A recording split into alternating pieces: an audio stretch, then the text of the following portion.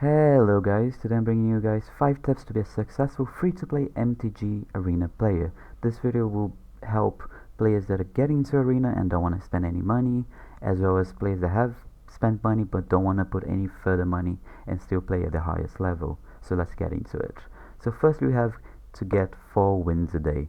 Your first win awards you 250 gold, and the following 3 wins give you 100 gold each, totaling to 550 gold.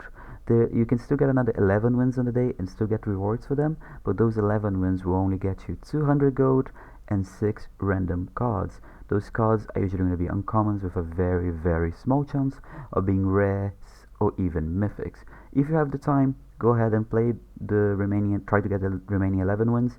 I personally don't recommend it. It's just way too much magic in my opinion, because you're going to be winning probably 50% of your games. That's going to be a lot of magic to play in a day. You can get those wins in any format except for the open play, so it needs to be some kind of ranked or slash competitive slash event. So you can do it in Brawl, Historic, Standard, or the special events. I guess today they have the FNM Artisan up. So I also recommend playing fast decks, because usually we're not going to have a lot of time to play these games. We maybe after work or during work even, you just want to get your quick games, get your wins. So you can play best of one. I recommend that. Also draft, because that's gonna come up later in the video. And try to play fast decks, so we can play goblins, so whether you win or lose it's gonna be fast. Blue-white auras as well. In Brawl, people tend to concede very fast to whatever commander you're playing. So try to stick to those formats to get the wins in maybe 15 minutes, be done with it, and just get your coins for a later date. So now to the next point. We have draft. Drafting is very crucial to becoming a free-to-play player. This is your best way to get gems and keep generating gems and cards for your collection. So you can get in the store 3 packs for 600 gems. So that in mind, that's 200 gems per pack. A draft is 1.5 for 3 packs, but we get 15 cards in those packs rather than the 7 cards you get in the store. So if you draft, you get a few less cards, but you also get the choosing of the cards, and you get to play Magic to complete your challenges that we need to do from the previous point. If you go 4 and 3, you just about break even. You lose 100 gems, but you get the prize packs and you get the cards that you drafted. If you go any better than 4 and 3, you make a profit. So basically you play for free and you can draft again and again. So your target is usually to go 4 and 3 and above. 4 and 3 is like, okay, losing 100 gems sucks, but at least you get the prize packs, so on and so forth, and getting 100 gems isn't that hard nowadays. But if you go any better than that, you basically got your next draft guaranteed, and everything that you did, the challenges you completed, the cards you drafted, and the packs you got from your results are basically paid for, if you will.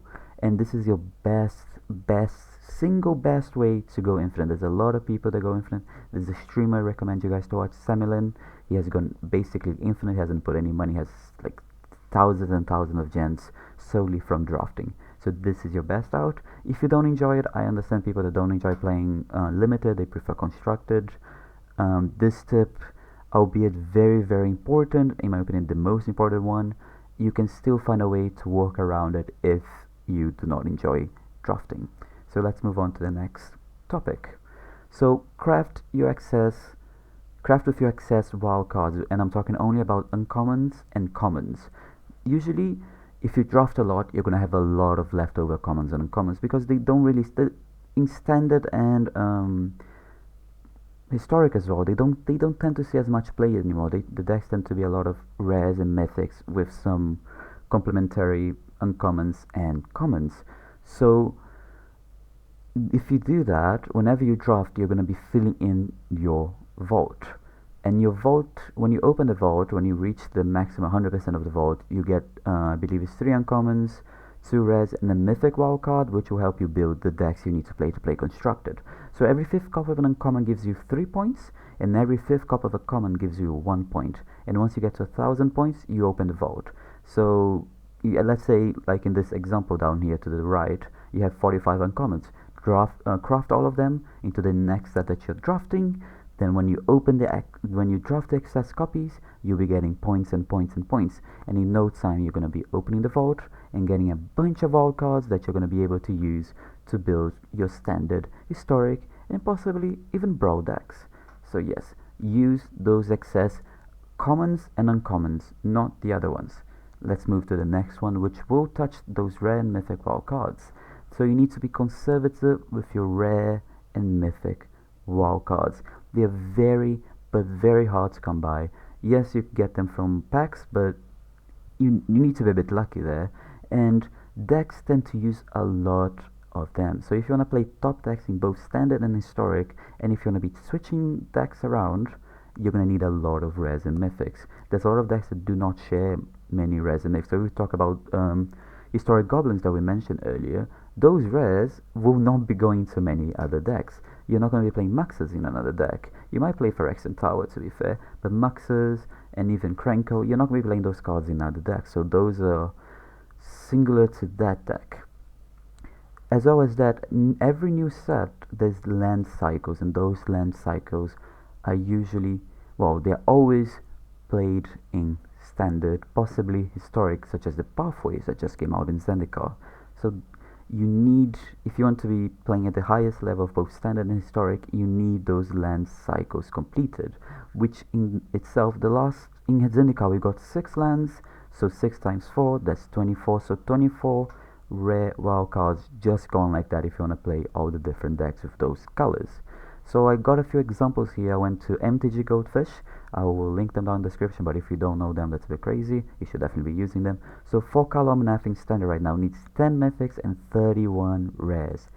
That's 41 of your wild cards gone like that. Those very expensive. Some of them, so this will also be helped by your drafting. You can draft some of these cards that you need to play in Constructed, but you might be wasting a picking a card rather than a card that will help you go further and go infinite. So you gotta keep that in mind as well. So time mid-range needs around 12 mythics and 30 rares. Team Adventures need 5 mythics and 35 rares. I say around because it's different builds, and you can play more rares, more mythics, or less rares and less mythics, depending on the build. But be conservative. When you craft a deck, make sure you want that deck. Make sure the deck is good as well, because if you're crafting a meme deck, which I personally would love to, I love crafting meme decks, you're probably wasting those mythic and rare wild cards, and then you're probably going to have to wait a little while until you craft your next top deck. So for our next tip and final tip, I'm going to have a few honorable mentions next, but play free events that have prizes. It's so important. If you can play an event that does not cost you anything and gives you, even if it's a card style, even if it's anything, if it gives you rare cards, which is very common in the FNM events, play them. The Mythic qualifier, if you qualify by playing draft or constructed, even if you're not in the mood to play it, just join, get a couple wins or losses, go 2 and 3, get those gems. It's a free event that you earned. Just play the event and get the free prizes. So we have FNN at home. Usually you can get very quick wins because some people just join to concede to other people, which is very nice of them. I do that sometimes, not quite often. Mythic qualifiers get to win. Weekend events, they haven't been running those that often. Creative events, they've stopped, but if they do show up, do play them. Oh, also worth mentioning, the rares you get have no duplication protection. That means you could get gems from the wins, which will help you draft, which will help you get wild cards, and will also help you go infinite. So to finish off, there's a few honorable mentions I would like to go over. Firstly, avoid cosmetics. I love my shiny cards. I am a whale that has no money basically, but wasting my wild cards on those cosmetics, I mean my gems in those cosmetics, will hurt my drafting, will hurt me going infinite, will hurt me in the long run. If you have gotten enough gems from this method, sure, go ahead. If you really want the cosmetic, go ahead. I will not stop you. If those pets are cute, use your gold, but at the beginning, do try to avoid them. Next, cubes. Cubes are fun, but that's the easiest way to lose your coins and gems. Cubes are very versatile. You don't really know what's happening. There's so many cards. Everyone's playing something completely different. You don't know what you're running into. There's no way to prepare for it, so it's very hard to do well, which means you're probably going to be losing coins and gems. And then re-roll your daily challenges. Always, if you have a 500 gold daily challenge, re-roll that. Try to get the 750. You probably won't. The chances are not that high, but just try. It doesn't hurt. Um, there's a deal in the shop that costs you $5 and gives you a very good deal in gems and some packs, if I'm not mistaken. I know this goes against the free to play, but I believe it's worthwhile buying. I haven't bought it yet, but I think it's worthwhile buying. Even though you want to be a free to play player, it's still worth doing.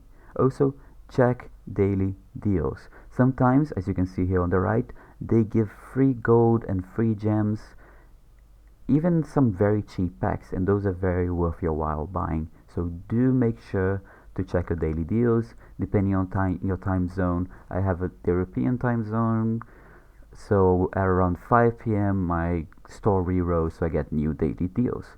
And lastly, this is for the people that do not like drafting. Grind the historic and standard events. They tend to have people, at least in the first few rounds, they're playing maybe misclicked, maybe didn't really think about what they're playing, very mediocre decks, if you will. So you can get a free wins. And if you think you're a good player, like a 60% plus win rate, you can definitely make a lot of gold in that and help yourself go infinite by then drafting with that gold or using that gold to buy packs if you don't like drafting. So it will help you. So those are the tips I have. If you guys have any other tips, do leave down in the comment section below. And I hope you guys enjoy, and I hope you guys can be free to play players and get to Mythic. Thank you guys for watching. Hope you guys have a great day. Cheers.